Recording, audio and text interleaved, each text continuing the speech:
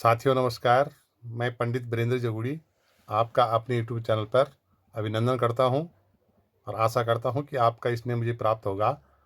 इसी विश्वास के साथ आइए चलते हैं भाग 60 में। आज का मुख्य टॉपिक है कि पंचक क्या है और पंचक के प्रकार और पंचक में क्या करें और क्या न करें।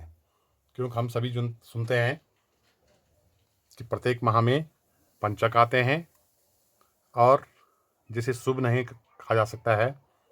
पंचक में कौन सा काम करना चाहिए, कौन सा नहीं करना चाहिए, पंचक क्या होते हैं, वही हम आज इस भाग में जानते हैं। तो सबसे पहले देखते हैं पंचक क्या होता है। ज्योतिष शास्त्र में कुल 27 नक्षत्र होते हैं और अंत के जो 5 नक्षत्र होते हैं, हमारे 27 नक्षत्रों के जो अंत के जो 5 नक्षत्र होते हैं, उनके समूह को हम पंचक कहते हैं। और साथ ही साथ पंचक नक्षत्रों में जब चंद्रमा के गोचर को, जब चंद्रमा अपना गोचर करता है नक्षत्रों में, तो उसे हम पंचक काल भी कहते हैं। इस टाइम पे पंचक होते हैं जब चंद्रमा नक्षत्रों में गोचर करते हैं। तो जो 27 नक्षत्रों में जो अंतिम के जो 5 नक्षत्र हैं, जिनको हम पंचक के नाम से जानते हैं, धनिष्ठा नक्षत्र हो गया, सात्विका नक्षत्र हो गया, पूर्वा भाद्रपद नक्षत्र हो गया, उत्तरा भाद्रपद नक्षत्र और रेवती नक्षत्र। ये 5 नक्षत्रों का समूह एक ऐसा समूह है जिसे हम पंचक कहते हैं। और इन 5 नक्षत्रों में कुंभ राशि और मीन राशि 2 राशियां आती है। धनिष्ठा नक्षत्र के आखिरी 2 चरण होते हैं इसमें। सात्विका नक्षत्र पूरा होता है, पूर्व भाद्रपदा नक्षत्र, उत्तर भाद्रपदा नक्षत्र और रेवती नक्षत्र। इस प्रकार से इन 5 नक्षत्रों को हम पंचक कहते हैं। पंचक क्या होता है, और भी यहाँ पर मैंने आपको बता रखा है कि पंचक काल में जब सूर्य, चंद्रमा, मंगल, बुध, गुरु, ये हमारे ग्रह जो हैं, जब एक विशेष प्रकार के एक संरेखण में आते हैं ब्रह्मांड में, तो नकारात्मक ऊर्जा उत्पन्न करते हैं, जिससे पंचक को कुछ कार्यों के लिए अशुभ माना जाता है। तो इस प्रकार से पंचकों में हम कोई भी शुभ कार्य नहीं करते हैं, अशुभ माना जाता है, क्योंकि एक संरेखण में आने के कारण ये ग्रह अपनी नकारात्मक ऊर्जा उत्पन्न करते हैं। पंचक के जो प्रकार हैं, किस बार से कौन सा पंचक शुरू हो जाए, पंचक की शुरुआत जिस दिन से होती है उनके आधार पर इन्हें विभिन्न नामों से हम जानते हैं। यह हो सकता है जिस दिन धनिष्ठा नक्षत्र शुरू हो उस दिन रविवार पड़ रहा हो, या शनिवार पड़ रहा हो, या मंगलवार पड़ रहा हो, या सोमवार पड़ रहा हो।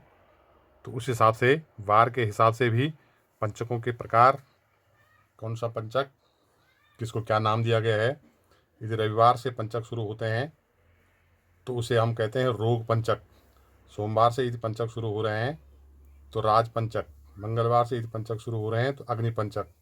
गुरुवार से यदि पंचक शुरू होते हैं तो अशुभ पंचक। और बुधवार से पंचक शुरू हो रहे हैं तो उसे कहते हैं अशुभ पंचक। शुक्रवार से यदि शुरू हो रहे हैं तो चोर पंचक। और शनिवार से यदि शुरू हो रहे हैं तो मृत्यु पंचक। तो इस प्रकार से जिस दिन से, जिस वार से पंचकों की शुरुआत होती है, उस प्रकार से पंचकों के नाम दिए गए हैं।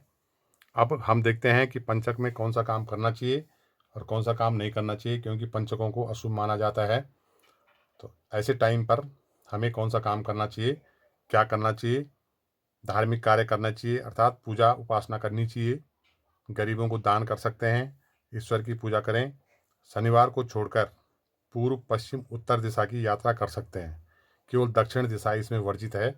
दक्षिण दिशा की यात्रा हमें उस टाइम नहीं करनी चाहिए जब पंचक शुरू हो। और पंचक में जो चीज़ें नहीं करनी चाहिए, देखते हैं कि विवाह या अन्य शुभ कार्य न करें। पंचक जब लगे होते हैं तो ऐसे टाइम पर जो 5 दिन चलते हैं, तो विवाह या अन्य कोई भी शुभ कार्य नहीं करनी चाहिए।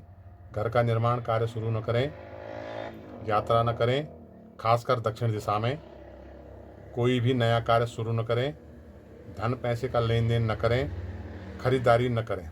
इस प्रकार के काम हमें उन पंचकों में नहीं करना चाहिए जब हमारे पंचक चल रहे हों महीने में, 5 नक्षत्रों में। जब पंचक काल जब शुरू हो तो ऐसे समय पर हमको ये कार्य नहीं करने चाहिए।